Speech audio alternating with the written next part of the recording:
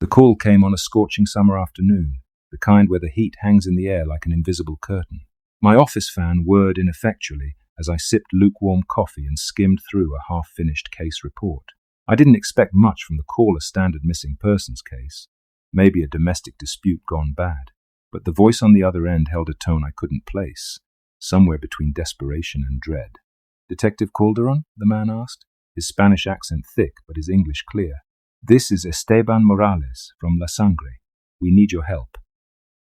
La Sangre was a small, nearly forgotten village near the US-Mexico border. It wasn't a place people called from unless they were truly out of options. I leaned forward, setting my coffee aside. "What seems to be the problem, Mr. Morales?" I asked, already flipping open my notebook. He hesitated, and for a moment I thought he might hang up. When he finally spoke, his voice was low, almost a whisper. "Something is killing our animals. Goats, chickens, even cattle, draining their blood. There's no predator I know of that does this." I suppressed the urge to scoff. I'd heard of livestock attacks before. Coyotes, mountain lions, even poachers could explain most of them. But he wasn't finished. "It's not just the animals," he continued. "My neighbor, he saw it, said it looked like a demon. 2 glowing eyes, claws as long as knives." I leaned back in my chair, already regretting the conversation. Stories of the chupacabra weren't new to me. As a detective who often worked in border towns, I'd heard plenty of tales about the creature half reptile, half mammal, some kind of vampire beast that stalked the night.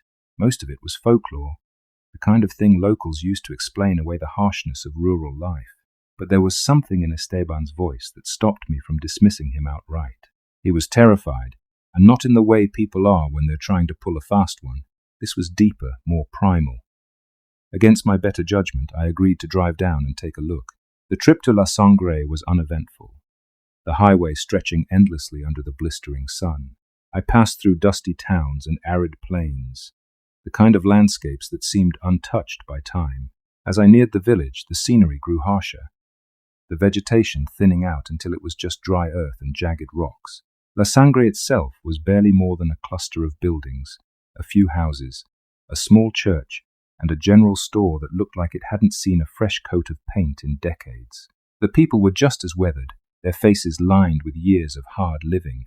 They watched me warily as I parked my car near the center of town, their whispers carrying a nervous energy. Esteban met me outside the store, a wiry man in his 60s with a face like cracked leather. His handshake was firm, but his eyes darted nervously to the horizon. "Thank you for coming," he said, leading me toward his truck. "You're the first one to take us seriously." I didn't tell him I wasn't entirely convinced myself. Instead, I climbed into the passenger seat and let him drive me to the Morales family ranch. The scene that greeted me there was worse than I'd expected. 3 goats lay sprawled in the dirt, their bodies unnaturally still. There was no blood, none on the ground, none on their fur, just 2 small puncture wounds on their necks. The sight sent a chill down my spine. I crouched next to one of the carcasses, pulling on a pair of gloves. "Coyotes don't do this," I muttered, more to myself than to Esteban. He nodded grimly. "That's what I've been trying to tell everyone." The sun was sinking low as Esteban led me around the ranch, pointing out the places where the attacks had occurred. His explanations were calm and measured, but the way his hands shook when he gestured toward the barn told a different story. "It always happens at night," he said. "We hear the animals crying out, but by the time we get there, it's already too late. Whatever it is, it's fast." His voice faltered on the last word, and for a moment I saw the fear he was trying so hard to suppress. I walked the perimeter, scanning the ground for tracks. Sure enough, I found them near the edge of the property, 3-toed prints pressed deep into the dry soil. They were unlike anything I'd seen before, neither human nor animal. Each print was long and narrow, the claws leaving sharp grooves in the dirt. I knelt to take a closer look, measuring the distance between the steps. Whatever had made them was large and heavy, but it moved with an unnatural precision. "Do you have any predators around here?" I asked, straightening up. Esteban shook his head. "Nothing that leaves tracks like that," he replied, "and nothing that drains blood." He gestured toward the nearby hills, his expression darkening. "That's where it comes from, the old caves." The mention of caves piqued my interest. As a detective, I'd learned to follow the evidence, even when it led to uncomfortable places. But this felt different. There was a weight to Esteban's words, a quiet dread that made my skin crawl. "What's in the caves?" I asked. He hesitated, his eyes flicking toward the horizon. "Bad things," he said finally. "Things best left alone." That night I stayed at the Morales ranch. Esteban offered me the spare room, but I opted to sleep in my car near the barn. I wanted to see if the creature would return. The air was thick with tension as I settled in, my flashlight and pistol within easy reach. The ranch was eerily quiet, the usual nighttime sounds replaced by an oppressive silence. Around midnight I heard it, a low growl, so deep it seemed to vibrate through the ground. My hand went to my pistol as I peered through the car window, scanning the darkness. The growl came again, closer this time, followed by the faint sound of claws scraping against wood. I stepped out of the car, the flashlight casting long shadows across the barn. For a moment I thought I saw something movement at the edge of the property, a flash of glowing eyes. But when I swung the light in that direction, there was nothing there. The growl faded into the distance, leaving me standing alone in the cold, empty night. I barely slept that night. Every noise, each creak of the barn's wooden frame or distant rustle in the brush set me on edge. By morning, the tension had settled into my muscles, and my thoughts were a chaotic tangle of fear and determination. Esteban's words haunted me. "It comes from the caves." I couldn't ignore them, no matter how much I wanted to dismiss the idea. After breakfast, a meager offering of coffee and tortillas that Esteban forced himself to eat, I told him my plan. "I'm going to the caves," I said, watching his face carefully. He stiffened, his hand tightening around his coffee cup. "You don't have to do that," he replied, though his voice betrayed his relief. "But if you go, be careful. It's not just the creature that's dangerous." "What do you mean?" I asked. But he only shook his head, his gaze distant. "You'll see." The caves were about a mile from the ranch, hidden among a series of rocky outcroppings that rose like jagged teeth from the desert floor. I parked my car at the base of the nearest hill and set out on foot, armed with my flashlight, a hunting knife, and my pistol. The air was cooler here, the oppressive heat of the sun tempered by the shade of the rocks. But the silence was the same, heavy and unnatural. As I climbed higher, I began to notice strange markings on the rocks. At first, they looked like scratches, the kind left behind by animals sharpening their claws. But the more I looked, the more deliberate they seemed, patterns etched into the stone with a precision that didn't belong to nature. Spirals, jagged lines, and shapes that resembled twisted human figures. The entrance to the largest cave was wide and gaping, its edges stained with what looked like old, dried blood. The stench of decay hit me as I stepped inside, a sickly sweet odor that made my stomach churn. The light from my flashlight revealed a narrow tunnel that sloped downward, the walls slick with moisture. Bones littered the floor, mostly small animals, but some larger. I tried not to think about what might have dragged them here. The deeper I went, the worse the air became. It was thick and humid, each breath leaving a metallic taste on my tongue.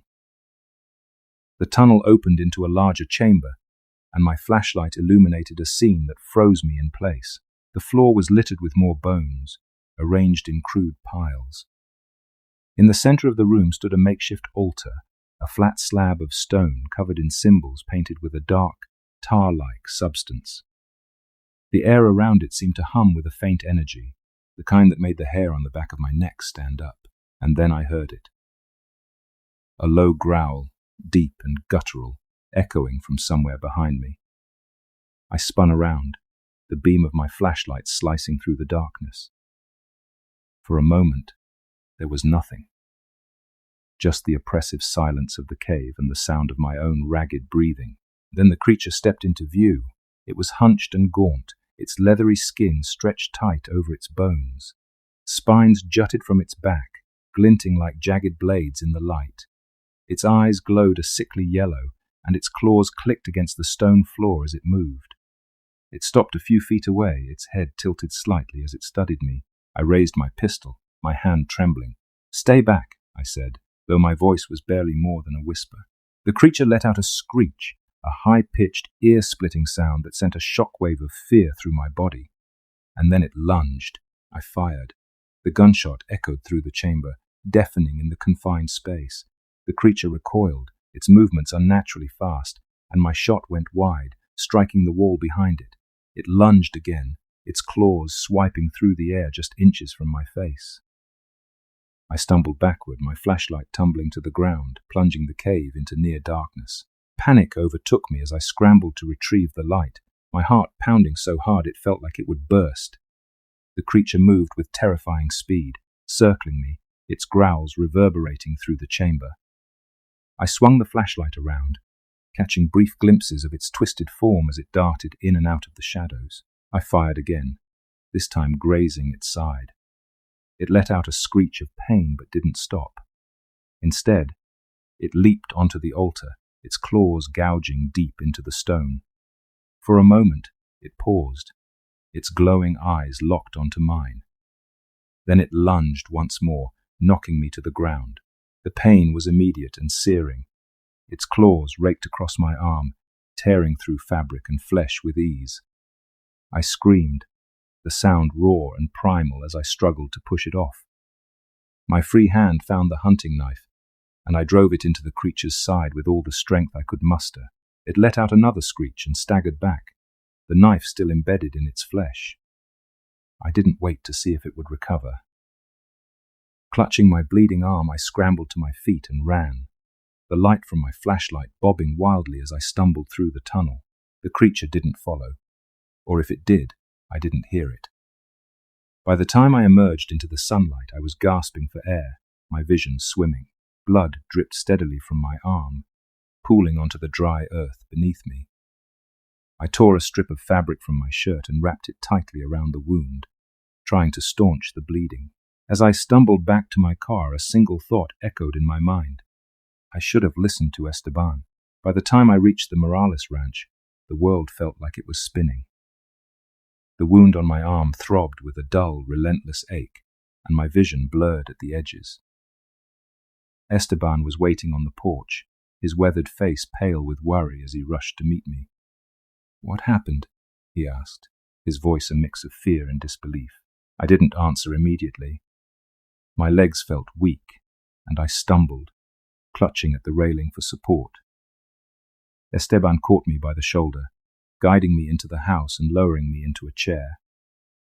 "Let me see," he said, gesturing to my arm. The makeshift bandage was soaked through with blood, and when he unwrapped it, we both recoiled. The claw marks were deep and jagged, the flesh around them swollen and darkened with angry streaks of red. "This isn't normal," Esteban muttered, grabbing a bottle of alcohol and a rag. "That thing marked you." I winced as he cleaned the wound, the sting of the alcohol barely registering through the haze of pain and exhaustion. My mind raced as I replayed the encounter in the cave, the creature's glowing eyes, the altar, the way it had studied me before attacking. "What is it, Esteban?" I asked finally, my voice hoarse. "What the hell did I see?" He hesitated, his hands trembling as he wrapped my arm in fresh bandages. "It's the chupacabra," he said, the words heavy with finality. "I told you not to go to the caves. That's its territory. Now that you've been there, it won't stop until it finishes what it started." I wanted to argue, to tell him he was wrong, that the creature was just an animal, some kind of mutated predator that could be killed with the right tools. But deep down, I knew he was right. There was nothing natural about what I'd seen, and the thought of it hunting me, tracking me, made my skin crawl. That night I stayed at the ranch again, too weak to return to town. Esteban insisted on keeping watch, but I couldn't sleep, no matter how hard I tried. The wound on my arm burned like fire, and every sound outside, every rustle of the wind, every distant coyote howl set my nerves on edge. At some point, I must have drifted off, because I woke to the sound of scratching. It was faint at first, almost imperceptible, but as I sat up, it grew louder, more insistent. The room was dark, the only light coming from the faint glow of the moon outside the window. I grabbed my flashlight, my heart pounding as I swung the beam toward the source of the sound. The window. For a moment I saw nothing, just the dark outlines of the barn and the trees beyond. But then something moved, a shadow shifting just beyond the glass.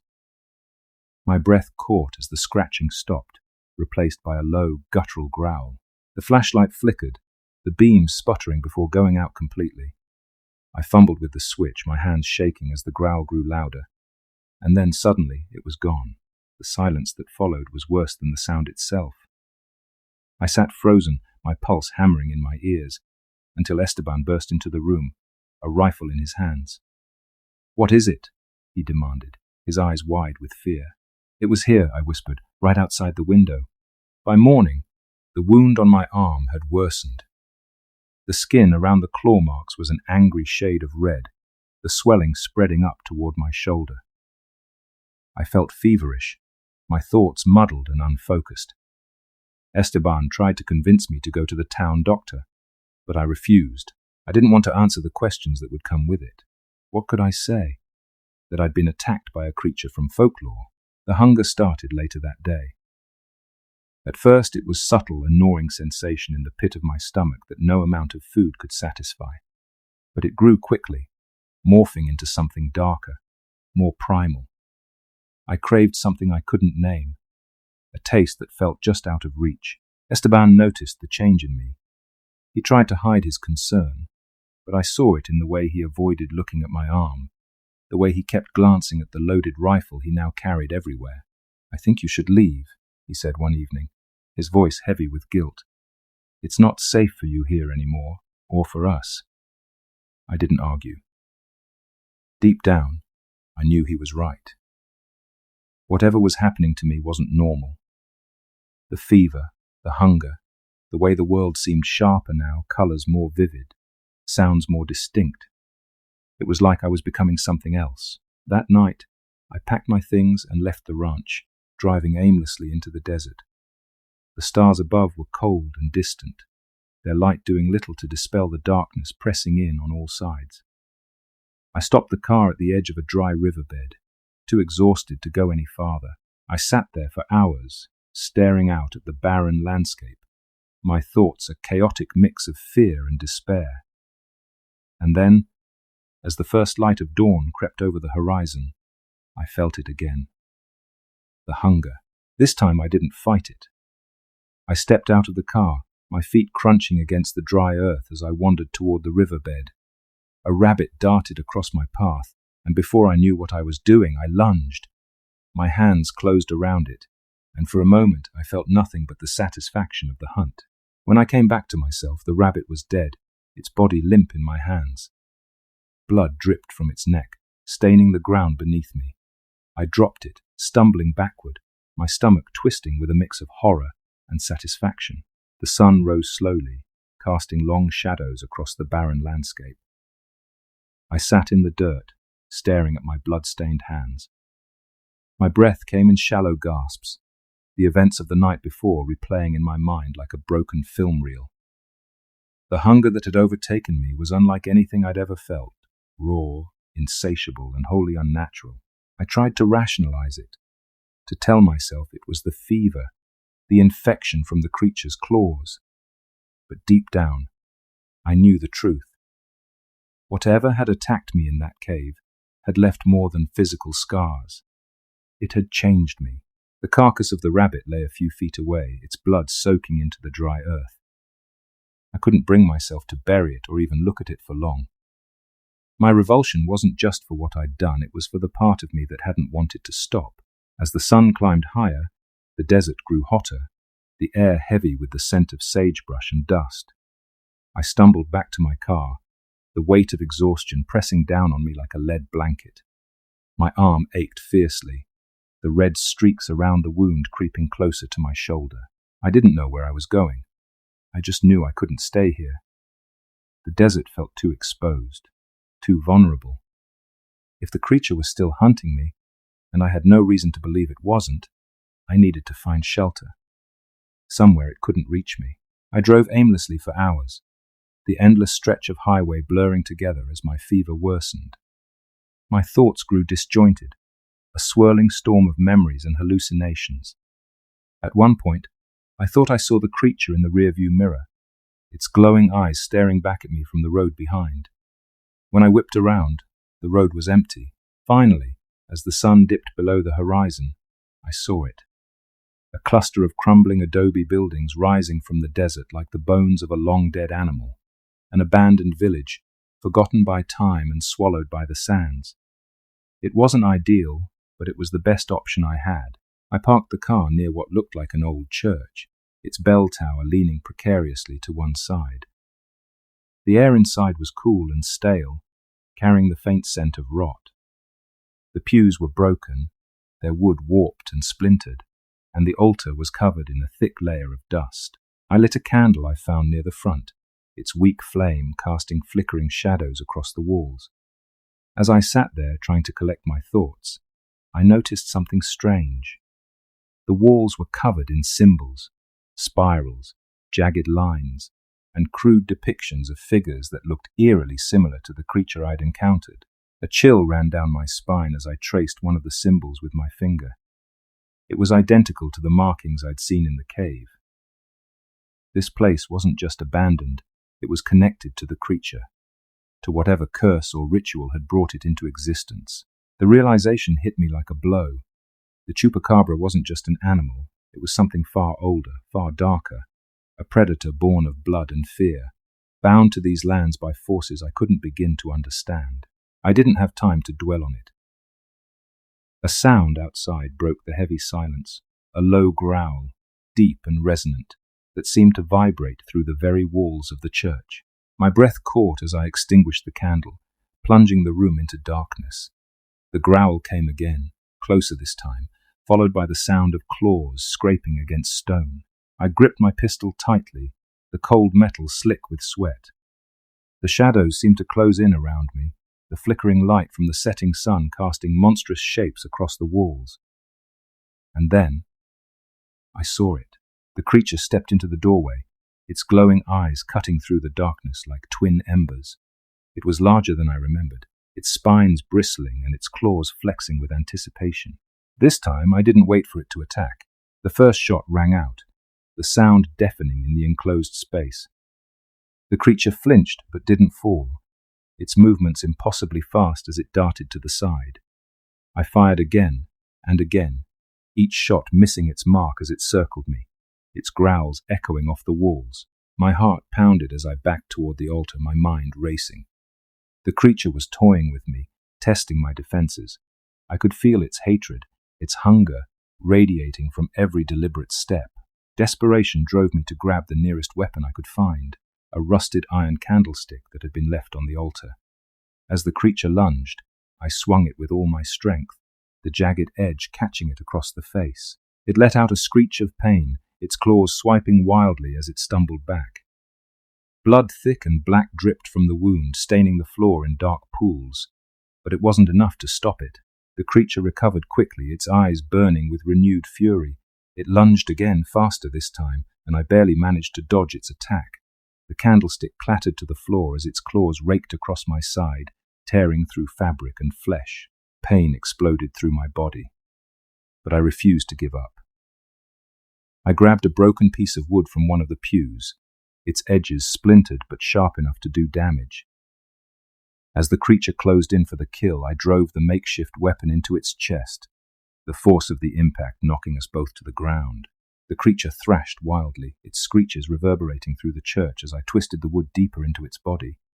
Its claws tore at me, ripping through skin and muscle, but I held on, my vision blurring as the world faded into a haze of pain and blood. Finally, with one last ear-splitting screech, the creature collapsed, its body convulsing before going still. I pushed myself away from it, my breaths ragged and shallow as I stared at its lifeless form. For a moment, the only sound was the pounding of my own heartbeat. Then, slowly, the silence returned, heavy and suffocating. When I stumbled out of the church, the sky was a pale shade of grey, the first light of dawn breaking over the horizon. My body was battered and broken, every movement sending waves of pain through me. But I was alive. The creature's blood clung to my skin, its thick, acrid scent burning my nostrils. I knew I needed help, medical attention, rest, but there was no time for that. The village, the cave, the symbols. They were all connected, part of a larger puzzle I didn't have the strength to solve. I climbed into my car, the engine sputtering to life as I drove away from the abandoned village. The desert stretched out before me, endless and unchanging, but I couldn't shake the feeling that I was being watched. Even now, as I write this, I can feel it. The mark it left on me, the hunger that still stirs in the pit of my stomach. The creature may be dead, but its shadow lingers, a constant reminder of the darkness that exists just beyond the edges of our understanding.